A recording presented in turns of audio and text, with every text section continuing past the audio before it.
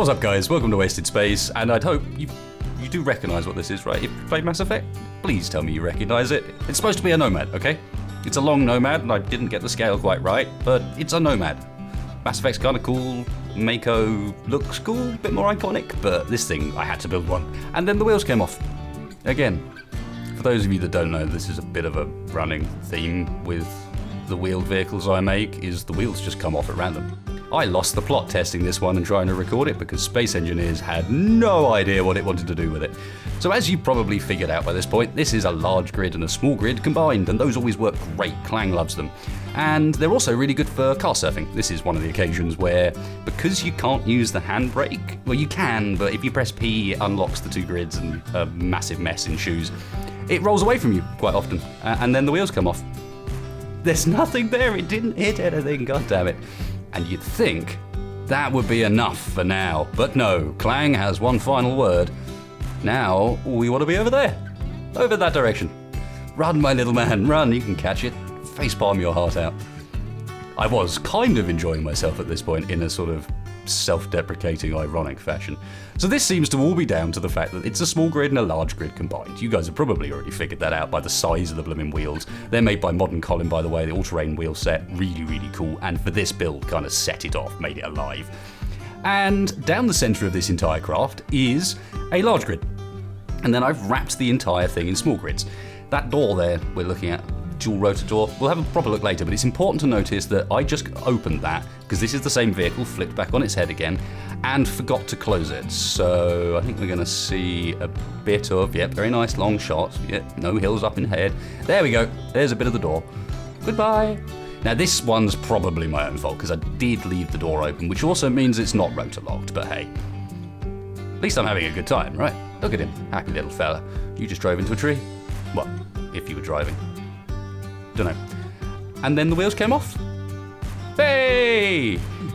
Now, an important thing to note is the best way to deal with car surfing when you do have an accident is to ensure that you stay on the top of the vehicle at all times. And that may require you to use the side of the vehicle. Smooth, Wasted, smooth. It's just a shame the build doesn't work, isn't it, hey? Well, that's enough of me kind of whining and showing you a car out of my own control rolling across the plains. This is another example of that, and it's about to meet a wonderful hill. Maybe I should actually load it up in game and show you how it works and what I built it. It's not as terrible as I'm making out. I promise. It's just at the same time, space engineers?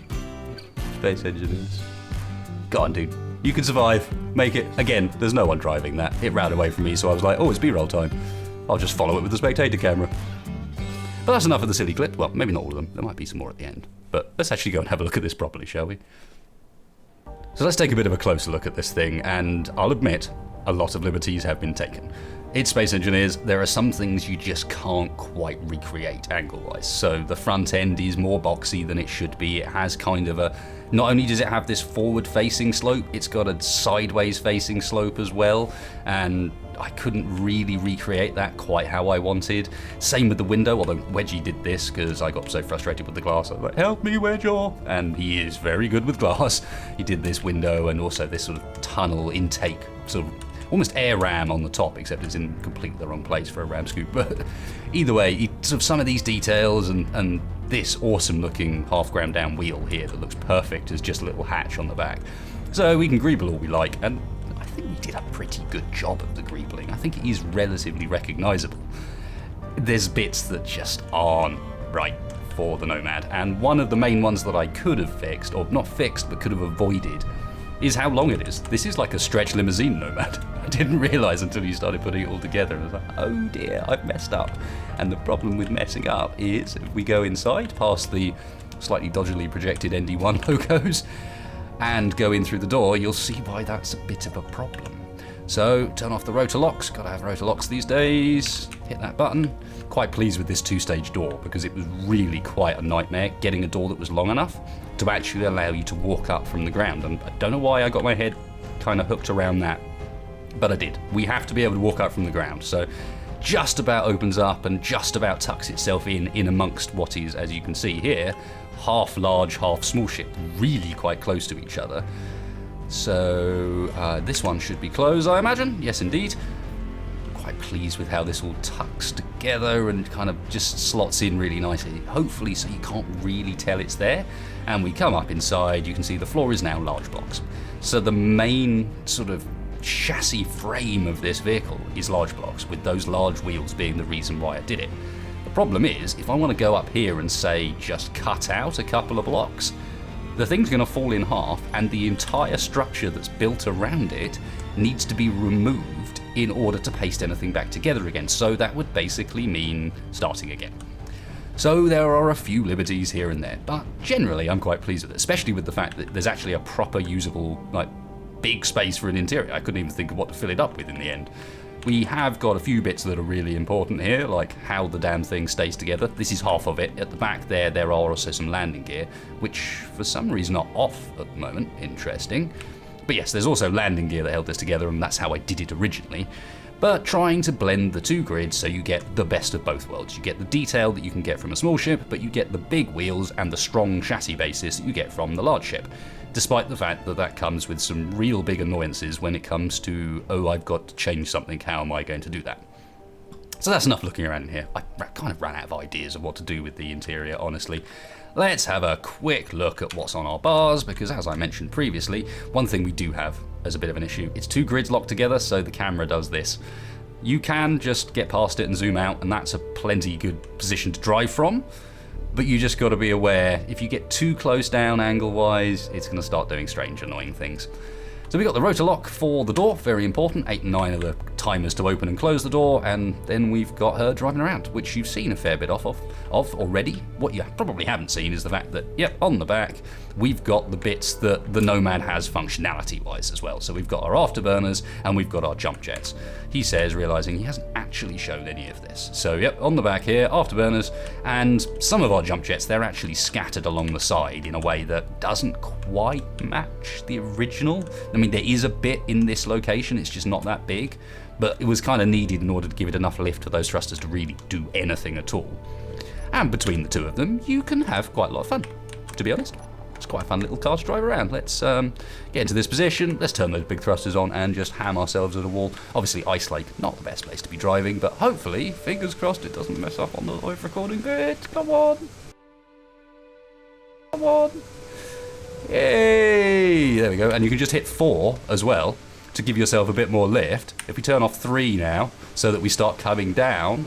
Come on. Yep. Hey. She can jump like quite a beast and land like quite a beast as well, especially if you use 4, so those downward thrusters to control how fast you're coming down. What they can't do is actually pick you up off the ground. What is quite nice is the way the suspension moves when you turn them on. It actually lifts the car up on its suspension, a bit like the off-road, on-road modes in the real Nomad, although I didn't find a proper way of incorporating that. But it just means that you can use those for a bit of a softer landing, so it's not quite the full jump, it's a bit different to that. But hey, you've seen enough of this thing driving around. The last thing I can do, because it's hilarious when you do, is obviously, as you can see, we're rolling.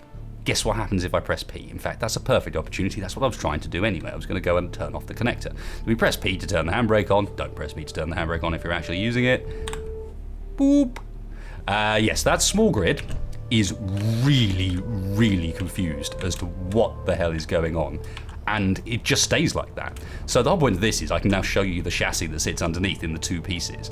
If I cut that bit off, you kind of get the idea that there's our sort of car-style chassis frame, and then here is our car-style body, which is actually a full wrap-around body. However, Space Engineers does not know what to do with this body. And it causes some amazing issues for the vehicle when you do finally crash it. So come on, play ball for me. Thank you. That's what I was looking for. Cheers, Space Engineers. Not always reliable, but sometimes just reliable enough.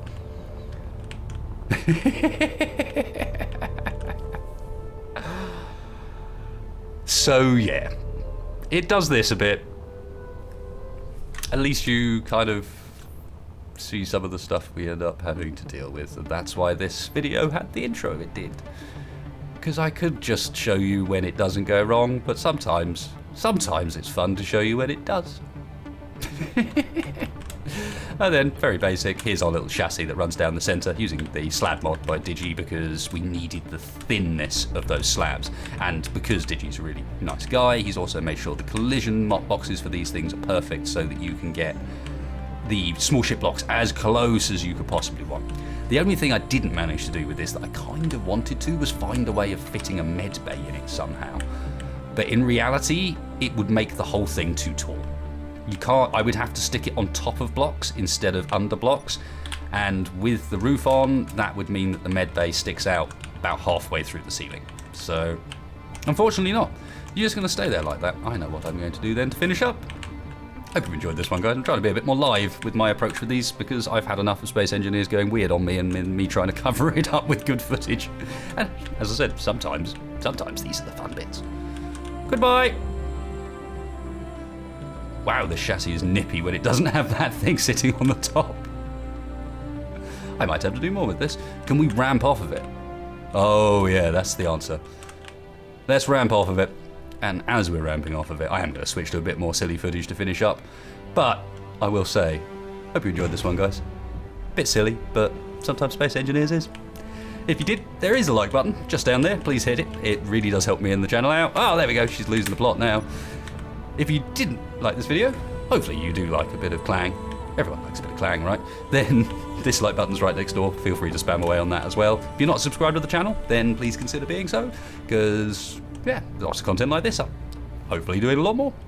And otherwise, thanks a lot for watching, folks. I'll catch you for the next one.